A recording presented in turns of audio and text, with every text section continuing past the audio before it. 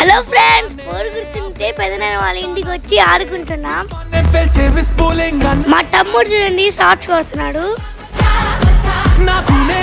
మా పెదనాన్న వాళ్ళ ఇంటికి పానీపూరి బంద్ వచ్చింది. పానీపూరి అమ్ముతున్నారు.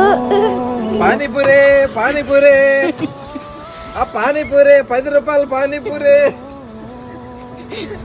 10కి 4 పానీపూరి.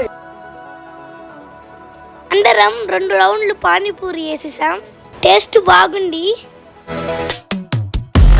మా పొట్టోడికి పెదనాన్న తినిపిస్తున్నాడు. వాడికి పానీపూరి అంటే పిచ్చి.